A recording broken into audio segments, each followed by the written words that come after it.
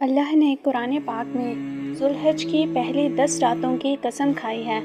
ذرا ایک لمحے کے لیے سب کچھ چھوڑ دیں، دنیا کا شور، فون کی آوازیں، لوگوں کی باتیں، سب کچھ ایک لمحے کے لیے روک دیں اور صرف ایک بات سوچیں، آخر اللہ نے قسم کیوں کھائی؟ وہ اللہ جو کسی چیز کا محتاج نہیں، جس کے ایک کن سے پوری کائنات وجود میں آ گئی، جو چاہے تو لمحوں میں تقدیریں بدل دے۔ وہ اللہ جب قسم کھاتا ہے تو یہ کوئی عام بات نہیں ہوتی، یہ ایک اشارہ ہوتا ہے، ایک پیغام جو ہم اکثر نظر انداز کر دیتے ہیں۔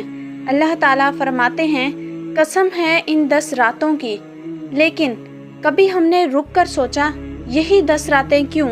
حالانکہ اللہ نے قرآن پاک میں بہت سی چیزوں کی قسمیں کھائی ہیں، سورج کی، چاند کی، رات کی، دن کی، وقت کی، قلم کی، مگر ان 10 راتوں کو ایک الگ مقام دیا گیا۔ کیوں؟ کیونکہ یہ دن عام نہیں ہے، یہ وہ لمحے ہیں جہاں آسمان کے دروازے کھلتے ہیں، یہ وہ وقت ہے جہاں مانگی گئی ایک دعا انسان کی پوری زندگی بدل سکتی ہے، یہ وہ آنسو ہے جو خاموشی میں گرتے ہیں اور سالوں کے گناہ دھو دیتے ہیں، یہ وہ سجدہ ہے جو انسان کو اللہ کے اتنا قریب لے جاتا ہے جتنا وہ کبھی سوچ بھی نہیں سکتا۔ اور پھر ان دنوں میں ایک دن آتا ہے، یوم عرفہ کا، وہ دن جب اللہ سب سے زیادہ لوگوں کو جہنم سے آزاد فرماتا ہے۔ سوچیں، شاید اس سال اس فہرست میں آپ کا بھی نام ہو، مگر افسوس ہم کیا کر رہے ہوتے ہیں؟ فون میں مصروف، فضول ویڈیوز، بے مقصد باتیں، اور وہ قیمتی لمحات ہماری انگلیوں سے پھسل جاتے ہیں۔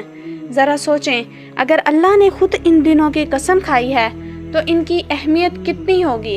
یہ وہ موقع ہے جو شاید اگلے سال ہمیں نہ ملے، یہ وہ دن ہے جو ہماری آخرت بدل سکتے ہیں۔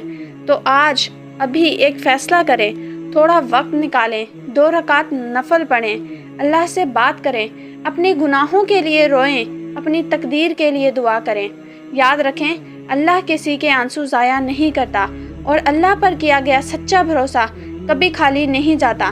اگر اس ویڈیو نے واقعی آپ کے دل پر دستک دی ہے تو آپ اسے زیادہ سے زیادہ شیئر کریں تاکہ یہ ہر اس دل تک پہنچے جو اب تک ان 10 دنوں کی نعمت سے غافل ہیں۔ شکریہ، اللہ حافظ، دعاؤں میں یاد رکھیے گا۔